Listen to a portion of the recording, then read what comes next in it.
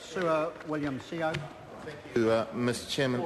The Minister, in introducing Part 2, which reads replacement of governing body of ECAN, said that he'd taken these decisions very reluctantly.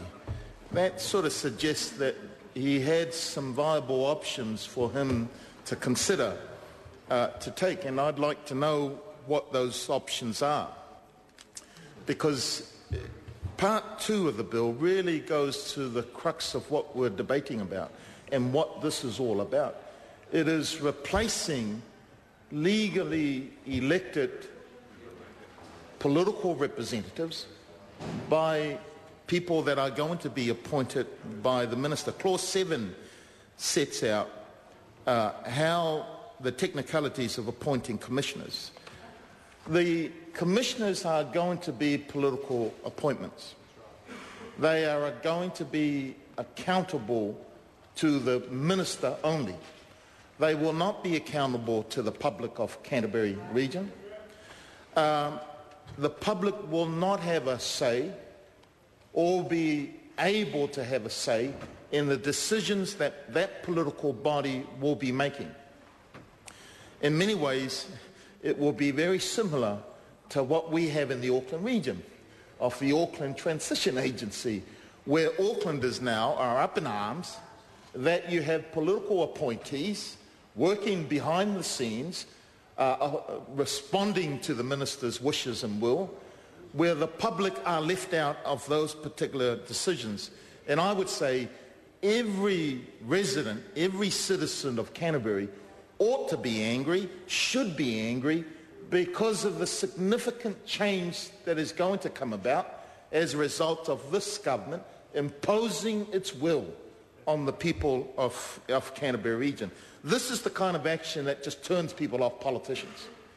It just gives politicians a bad name, because often what the public will see is that they get a little bit of power and it goes to their head, and what do? They impose their will on the people that elected them there.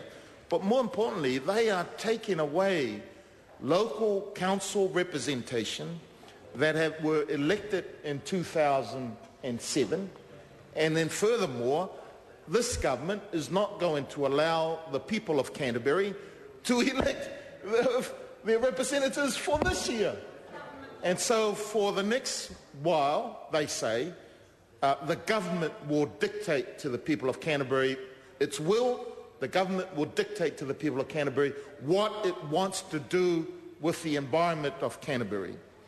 Clause 8, sir, provides for the replacement day, and so the government determine when the elected members will replace. The Clause 9 is really the significant clause, in my view.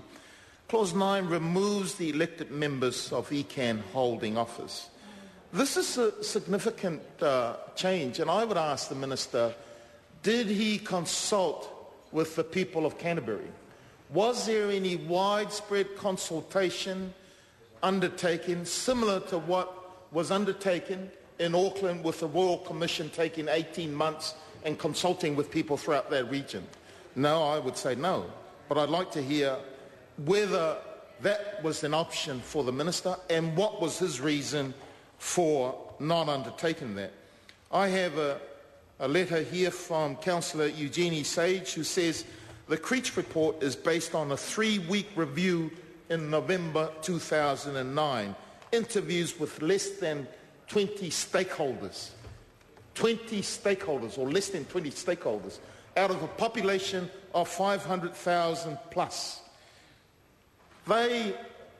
You've got to ask yourself, what is the reason for not undertaking such a broad-based consultation?